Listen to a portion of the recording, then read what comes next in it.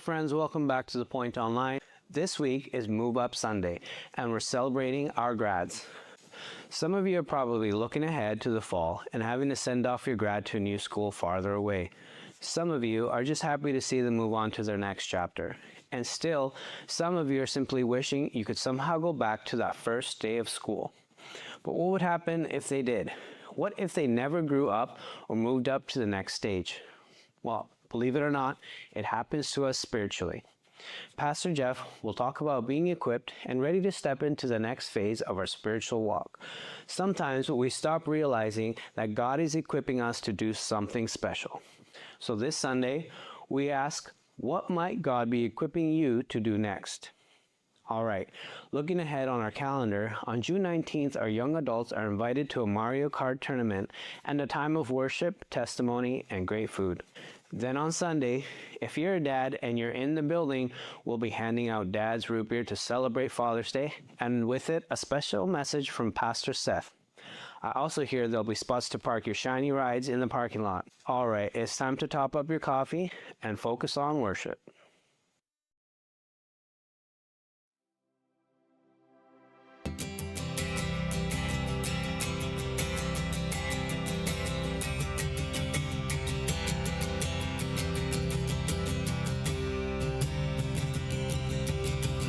When all I see is the battle, you see my victory.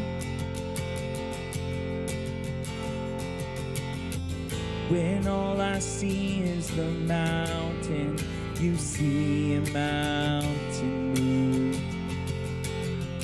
And as I walk through the shadows, your love surrounds me.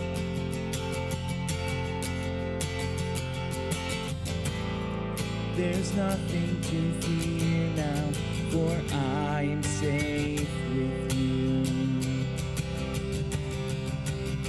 So when I fight, I'll fight on my knees, with my hands lifted high.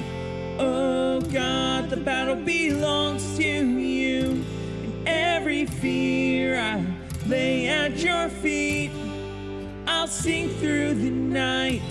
Oh God, the battle belongs to you.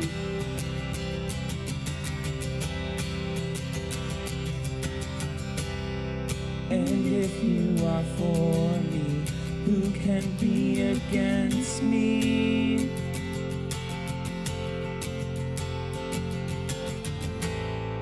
For Jesus, there's nothing impossible for you.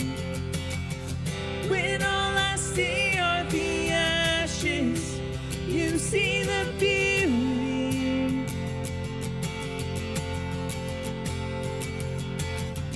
When all I see is the cross, God, you see the empty tomb. So when I fight, I'll fight on my knees, with my hands lifted high. Oh God, the battle belongs to you, and every fear I lay at your feet. I'll sing through the night. Oh God, the battle belongs to you. An almighty fortress, you go before us. Nothing can stand against the power of our God. You shine in the shadows, you win every battle. Nothing can stand against the power of our God. In almighty fortress, you go before us. Nothing can stand against the power of our God. You shine in the shadows, you win every battle. Nothing can stand against the power of our God. In almighty fortress, you go before us. Nothing can stand against the power of our God. You shine in the shadows, you win every battle. nothing can stand against the power of our God. So when I fight, I'll fight on my knees with my hands lifted high. Oh God, the battle belongs to you. Every fear I'll lay at your feet. I'll sing through the night. Oh God, the battle belongs to you.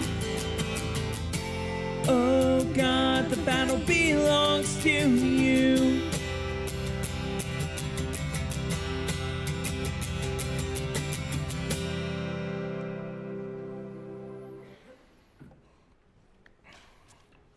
Well, with Move Up Sunday, one of the things we really want to help us understand is that this message is not just for grads.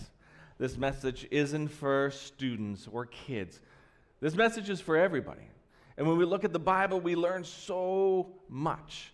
We learn of people that stood up into situations that they weren't ready for.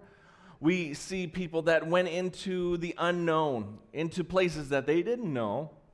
We see people of faith that are found in the book in Hebrews chapter 11, that you're like, wow. And you go back and look at their original story, and they had move-up moments where they had to move from where they were to where God asked them to be. So no matter what age anybody was, when we look back in history, anybody that did anything for God had a move-up moment. They said, I'm done here, and I'm going to take a step forward. Sometimes it was on their terms. Sometimes circumstances were in control. But at the end of it, everyone said, okay, I'm going to take an opportunity to move up closer to God, more in love with God, listening better to God, and God shows up every single time. And so we're going to get into a few things, and I think the analogy that I want to kind of play with a little bit to help us do it, because I'm such a visual person, and I think most people are, is I just have this concept of backpacks. That when you carry a backpack, we don't carry backpacks that are empty, right? You don't just carry around an empty backpack and you just put that on. You're like, well, what's in your backpack? Oh, nothing. Why? You're like, what do you mean, why? Well, what's in your backpack? Oh, I just like the look of it. It kind of completes my attire. It's like, no, I carry a backpack or a book bag because there are things in it that I need when I need them in that moment. And so I'll open it up and I'll see what's in it, and that'll help me. And so you see kids doing it all the time. You see middle schoolers carrying around. You see high schoolers doing it. And the backpack changes. Maybe the style changes. The size changes. But at the end of the day, they're carrying around tools or equipment or things that they need as they do life. And as Christians, we ought to be thinking kind of a little bit of that same line. That as I'm walking around, what am I carrying with me? Anything? Are you just carrying around an empty book bag just because it looks cool? No. What is in your backpack? And so I want to kind of give us this understanding that growth should change what you're carrying. The move-up moment that you're happening, that moment should actually change what you're carrying. If I'm a grade 11 boy and I'm carrying around a My Little Pony backpack, don't say good for you. Don't do that. Don't encourage me.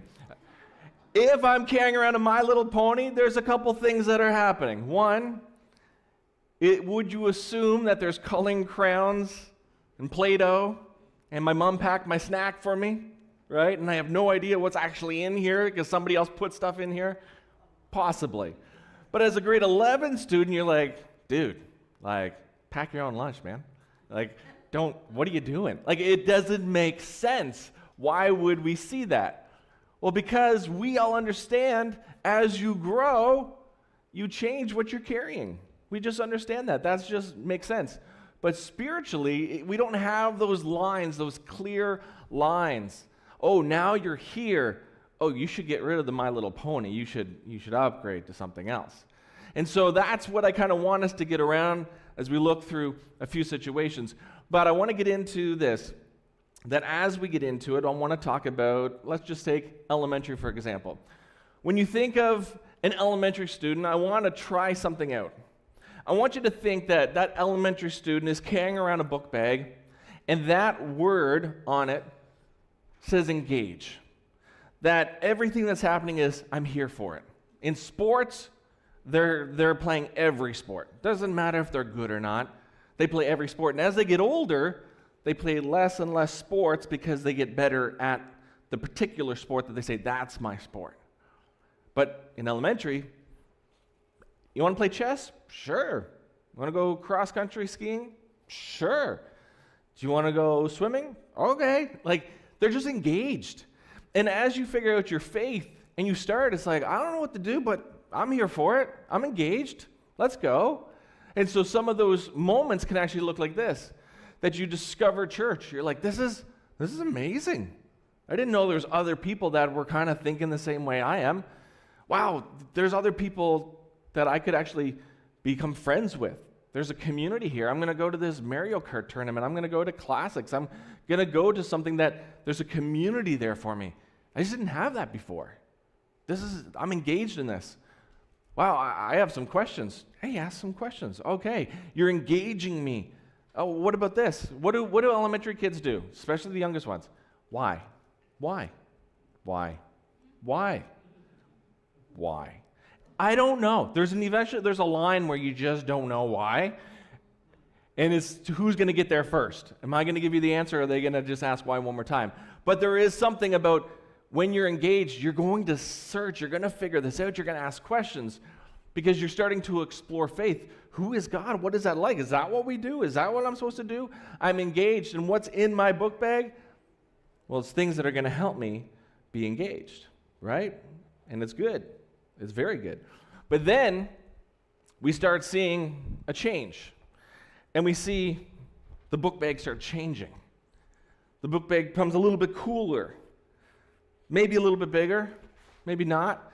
And as they carry around this in middle school, you start seeing something change. The word grow starts appearing louder. And they start saying, I think I need to get better at that. I'm not just engaged and here for it, but I think I should actually practice that. I think I'm actually going to put lessons into piano or voice lessons or guitar or swimming. I've been doing lessons, but I'm going to either be in or out. And so they start making choices.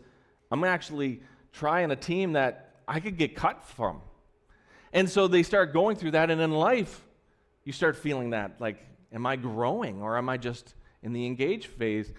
But when you find your faith, middle schoolers find their people. Like, yeah, this is my best friend.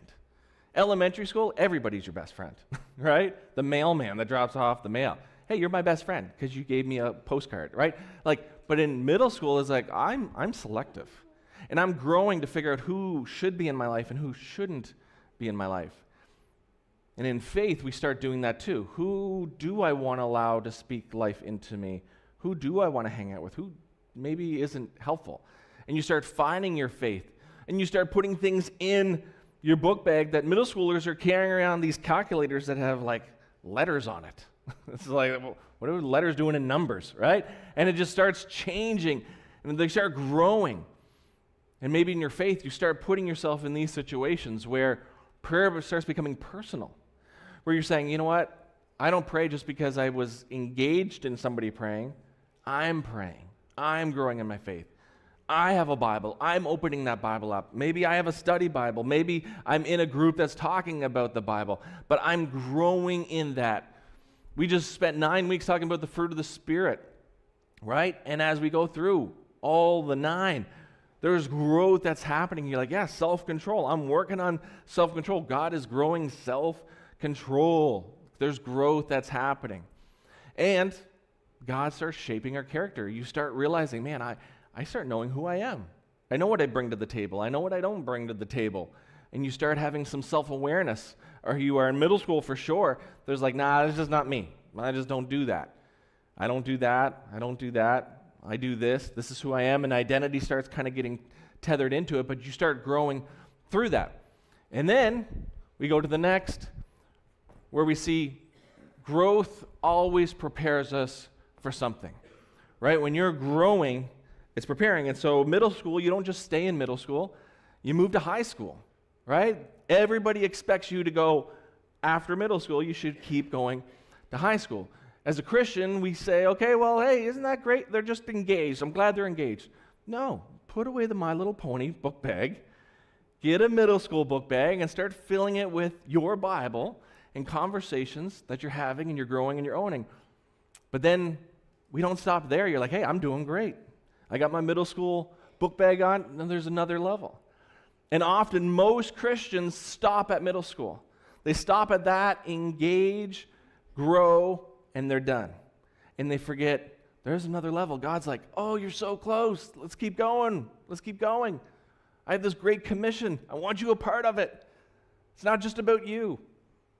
And then we get into high school, and it's the go bag. And the bag is potentially the heaviest. To an elementary student, 4 pounds is ridiculously heavy, and there's a lot of stuff in it.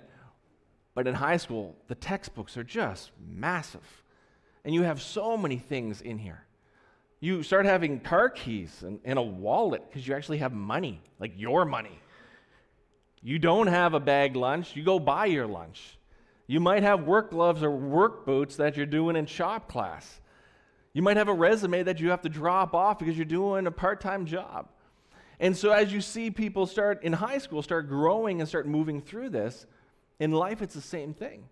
And we start going, okay, in high school I say, what are you going to be when you grow up? What are you going to be when you get on the other side of grade 12? Well, I'm going to go to this school. I'm going to take this trade. I'm going to just take a year off because I'm still not quite there. People are asking what's next. But as a Christian, do we ask people what's next? We don't. We don't say, hey, what's next for you? What's your next step? I think we should. And when we start identifying, are you still in the engage stage? Are you in the grow stage? Or you start seeing people in the go stage. This is exciting. And there's opportunity that we present. Let's go, let's go, let's go. You're like, hey, would you just calm down with the go? I'm just glad I'm here. Okay, well, you're in the engage stage. You're sitting with the My Little Pony. It's cool. Just trade it in a little bit from now, okay? Let's get up to the middle school. Let's start growing. But the go stage, man, it's heavy. And there's stuff that you never dreamt that you would ever put in this because you start finding your purpose. You're like, I know what I do. I know what I bring to the table. I got involved in a small group. We meet on a regular basis. There's a two-way conversation. I'm asking stuff about my faith. They're asking stuff about me. I'm helping people. They're helping me. There's not just a Sunday morning, but there's a Tuesday night. This is great. I started understanding my giftings. I'm self-aware that I love helping people. I love being able to preach. I love being able to, whatever the case may be, you start finding that I love this. This brings me joy. This brings me energy. This is something God equipped me for. Wow. And we start running down that road and trying to figure it out. And then we start getting greater responsibility. And it's like, man, this book bag is heavy.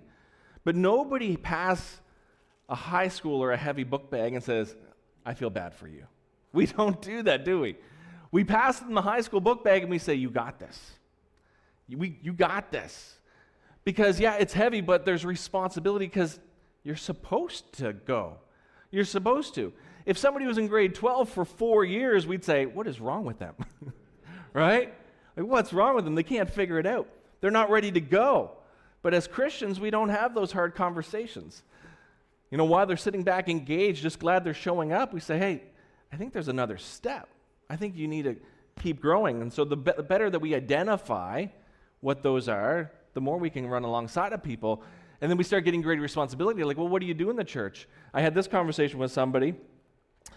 They were saying they were talking to a friend that doesn't go to church. And they're like, well, what do you do? And they're like, oh, I oversee this.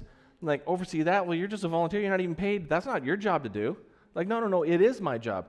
No, that's for the staff to do. Why would you do that as a volunteer? You should be getting paid to do that. Well, when you don't understand how God works and you don't understand what the church is, you're not going to understand those things. And so the ecclesia, the church, the body, the movement of Christ, it's called together. Let's go. Let's go. And so you need some shepherds, but everybody's got a book bag. What's in the book bag? It is greater responsibility as you grow. And then you start realizing go means not about me anymore, right? A grade 12 student that's super, super selfish, that's always about themselves, you know something's wrong, right?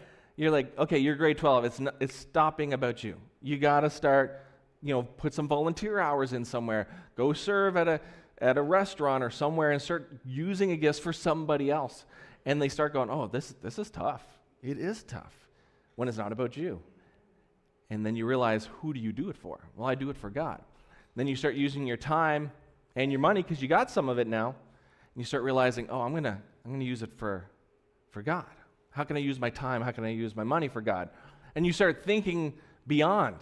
You're like, oh man, well, I heard that they were saying that. Maybe I can get involved in that. Maybe the church could get involved in the community in this way.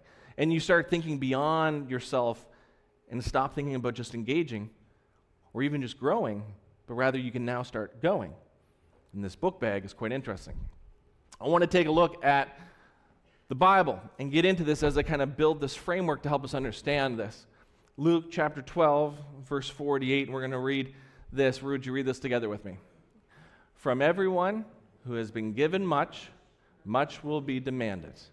And from the one who has been entrusted with much, much more will be asked. Right? Because of this. Growth increases responsibility. So as God grows us, He entrusts us with what? More. He does. He entrusts us with more. And so if you're carrying around a backpack and there's nothing in it, you start asking yourself, well, what's up with that? Yeah. Right? He entrusts us with more. Do not carry around an empty backpack.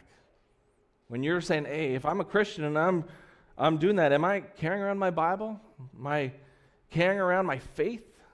Am I helping anybody? Where am I at? What kind of book bag do I have? But here's something that we have to understand in the stewardship world. Psalm 24:1, read this with me. The earth is the Lord's and everything in it, the world and all who live in it. See, everything belongs to the Lord. And when we understand that framework, that if everything belongs to the Lord and I'm just a steward of it, and I'm carrying around a backpack and I'm stewarding, what am I stewarding? Well, there's a few things I want to kind of break it down. I want to look at the Bible and I want to see what God reminds me and reminds us of as a few things that we steward. First one is time. Say time. Very good. Ephesians 5:15, read this with me. Be very careful then how you live, not as unwise, but as wise, making the most of every opportunity because the days are evil. Let's make the most of every opportunity. And so when you have a backpack and you're carrying your faith around and an opportunity comes up, you're ready for it. You can pull out and have a conversation. You can talk about it. You're ready. You're equipped. Your backpack isn't empty. But another thing in your backpack isn't just scissors and coloring books. It's not only your time, but it's your talent. Read 1 Peter 4:10 with me.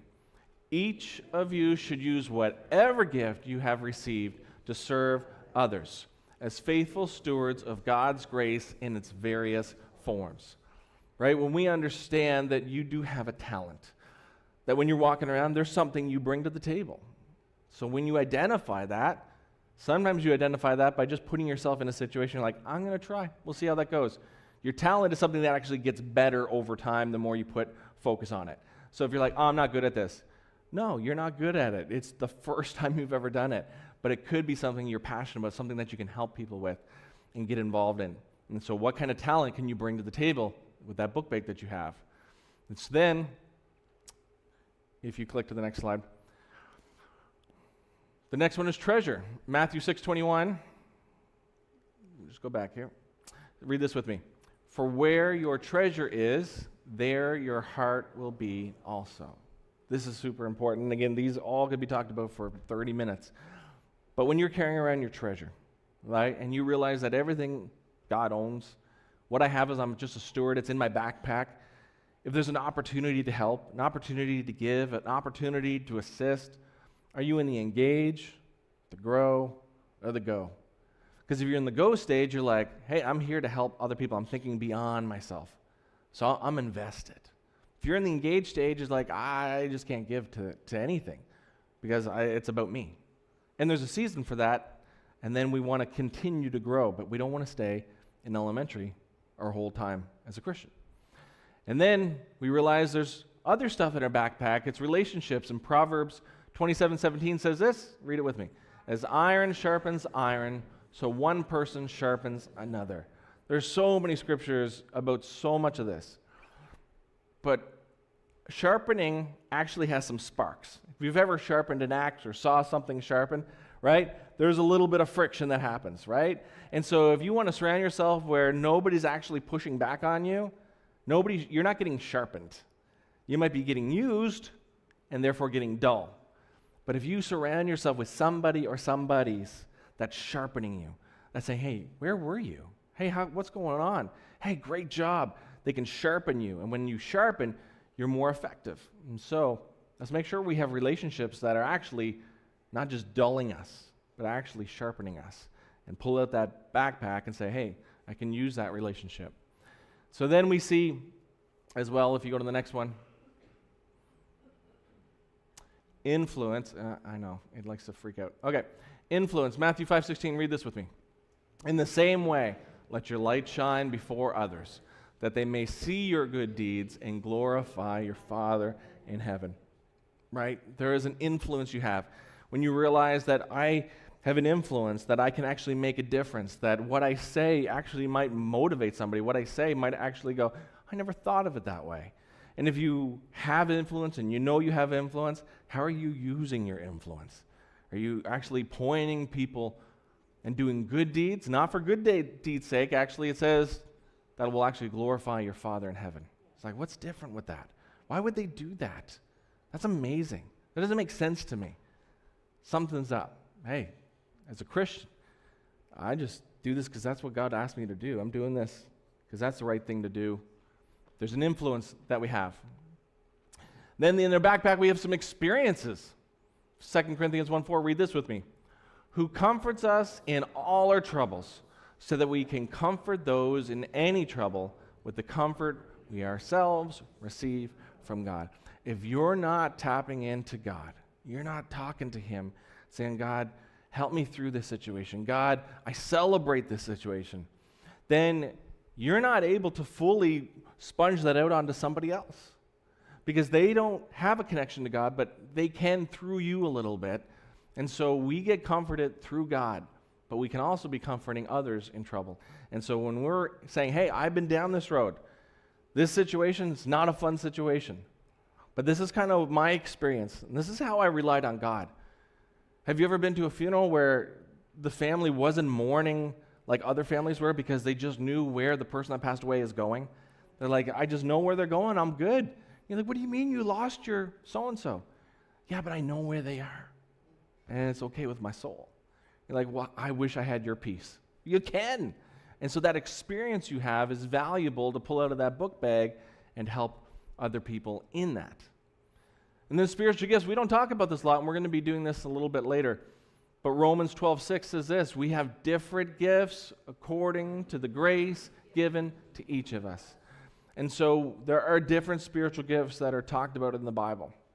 And as we talk about that later this fall, we're going to understand that those spiritual gifts give you an ability, like the Holy Spirit and the fruit of the Spirit, to be able to use for other people.